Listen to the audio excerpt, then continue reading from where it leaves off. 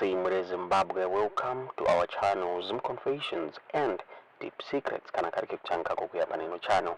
Please don't forget to subscribe. Kana chikuagara waka subscribe, but don't forget to comment and share this video. Nasi muri Zimbabwe takuigirai nyaya netsa nyaya marimax akapiwa na President Emmerson Mnangagwa vachisuggesta his desire to rule forever muri Zimbabwe. Nyaya yakonzeresa kuti vanhu vadzokere kunyaya iri kunetsa kuti is president going to extend his term muri Zimbabwe. Mnangagwa, according to the constitution, vafana step down at the end of the second term yerikupera na 2028 muri Zimbabwe. So during the Silver Jubilee ordination anniversary of Archbishop Robert Ndlovu Saturday, President Emmerson Mnangagwa vakamega a controversial statement vachitaura ivo vachiti peace iri muno muZimbabwe iri kuvapa a desire yekuti varule forever muri Zimbabwe, despite kumbobuda kwavakabuda vachitaura vachiti havana madesire ekuextenda his term beyond 2 terms muri Zimbabwe. This statement raised suspicions behind the scenes muri Zimbabwe. According to Newsday, zvikunzi hapana kumira mushe. President Emmerson Mnangagwa vanofanira kuita go through a lot kuti vaone vachiextenda his presidency muri Zimbabwe. Chinzi maobstacles aripo is my internal power struggles ari mumuzano PF. Chinzi zvakare according to the constitution vaMnangagwa havatokwanisi kuextenda his term limit muri Zimbabwe. Chinzi zvakare there is need for the constitution kuti amendwe kuti President Emmerson Mnangagwa vawanikwe vachipinda president after 2028. Former National Patriotic Front spokesperson Jealous Mawarire expressed some concerns over the government's intentions. There is lack of transparency panyaya iyoyi. There is need for transparency. Government yobuda ichitaura ichiti the president official is not havasi kuzocontesta ma elections at 2028. Singaziva kuti munoiona sei nyaya iyi. According to a political analyst Joyce Ngwenya vakabuda vachisuggesta vachiti marimarks akapiwa na President Emmerson Mnangagwa they were more about garnering support than a genuine attempt to extend his tenure muri Zimbabwe. Vatauraya vachiti is very complex kuti paitwe ma-constitutional reforms ekuti President Emmerson Mnangagwa vawanikwe vachidzoka president after 2028. Chinzi that would require significant legal and political processes muri Zimbabwe. Another political analyst Methuzeli Moyo vabuda vachitaura vachiti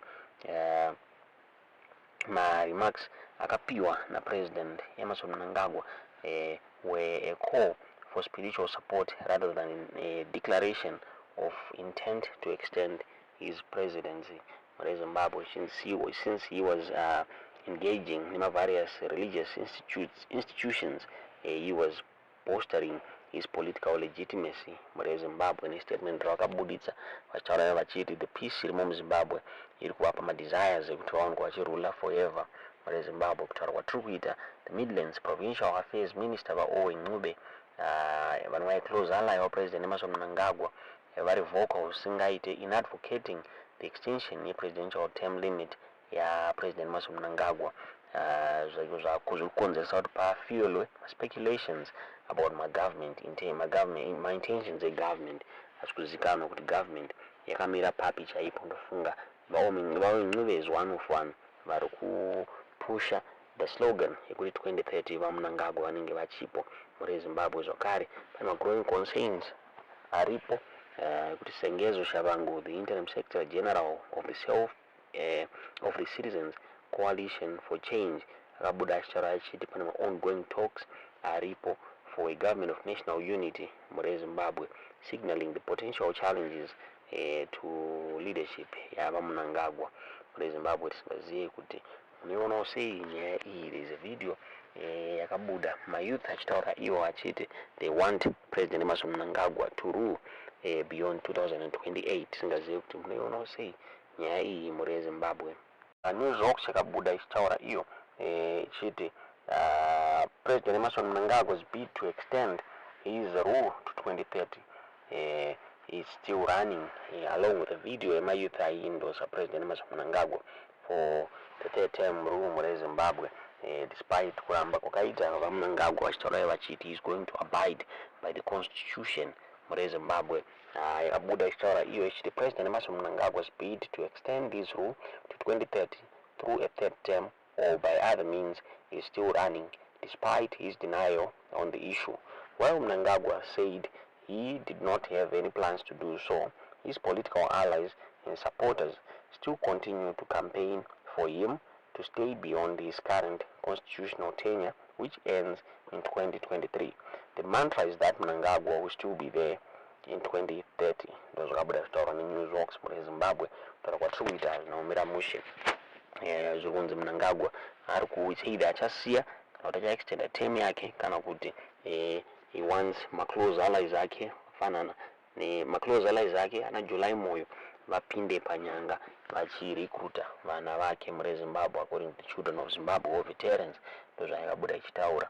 Then zvirunzi Chiwenga is being backed by military kuti ave the second president. Zvirunzi vari kunetsana nenyaya yedeal ravainzi vakaagria rekuti Mnangagwa was supposed to serve for a year, then apa chimuti kuna Chiwenga. Tingaziva kuti nyaya chokwadi here kana kuti tiudzewo zvamuri kufunga pamusoro penyaya iyi comment section. According to Christopher Mtsvangwa aitaura achiti mwana wake akasungwa nenyaya yekuti there are people who are wearing presidential shoes vachida kutanisha image yake na President Emmerson Mnangagwa. Tingaziva kuti iri vaani muri Zimbabwe. Tiudzewo zvamuri kufunga pamusoro penyaya iyi comment section.